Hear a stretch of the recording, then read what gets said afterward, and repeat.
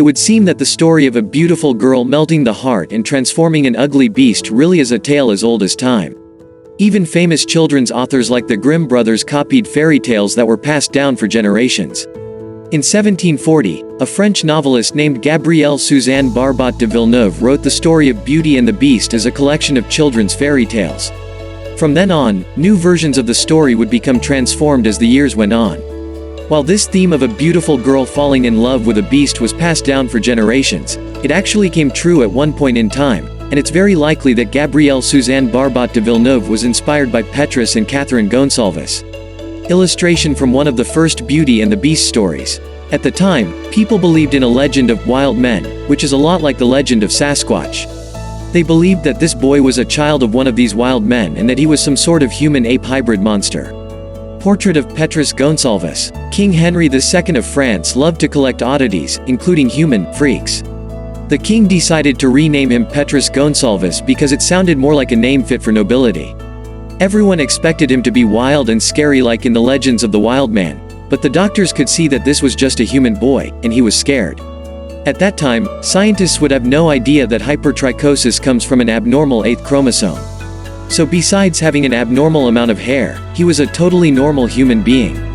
Illustration of a woman trying to tame a wild man. Petrus remained calm and on his best behavior.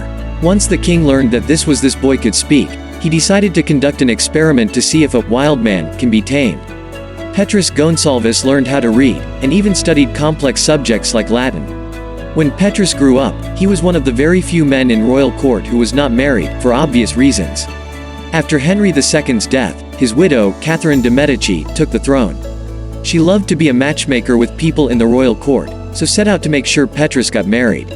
She interviewed at least a dozen girls and found a beautiful woman named Catherine, who was the daughter of one of the servants. They would have never allowed the daughter of a nobleman to marry a beast. Considering that the legend of Beauty and the Beast had already been around at that time, maybe Catherine de' Medici wanted to see if this experiment could work. Young Catherine had no idea what she was getting into. She never got to meet Petrus beforehand, so she assumed that she would be matched with a normal gentleman.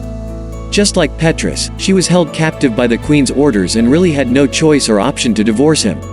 The one and only saving grace in this situation would be the fact that Catherine's parents were servants in the castle. At the very least, she could see her family and have a shoulder to cry on. Petrus would have been used to her reaction because he experienced it all his life. Even though Catherine would have been afraid in the beginning, they did eventually begin having children together. Recreation of the family portrait.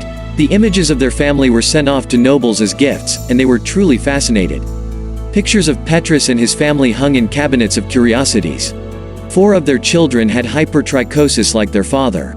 Since Petrus and his family were like property of the queen, they were sold to other members of the nobility, and it was clear that Petrus and Catherine were just being used to breed these unique babies. While they were not locked in a tower like in the Beauty and the Beast story we know and love, both Catherine and Petrus were prisoners of the nobility's desires. Thankfully, their children were treated very well in their new homes. Considering that they were the children of a man with an abnormality and a woman who was from the lower class, their children actually lived a life of luxury compared to how their lives would have been if their parents were free. One of the daughters, Antoinetta, was given to a noble family in Bologna, Italy. Thankfully, he described her as a girl, instead of calling her some kind of animal or beast.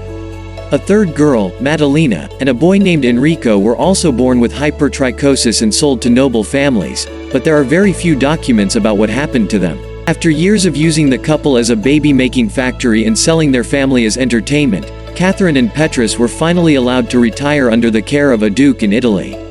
Even though their family had been torn apart, there are documents that show that they tried their best to enjoy the life they had left in freedom.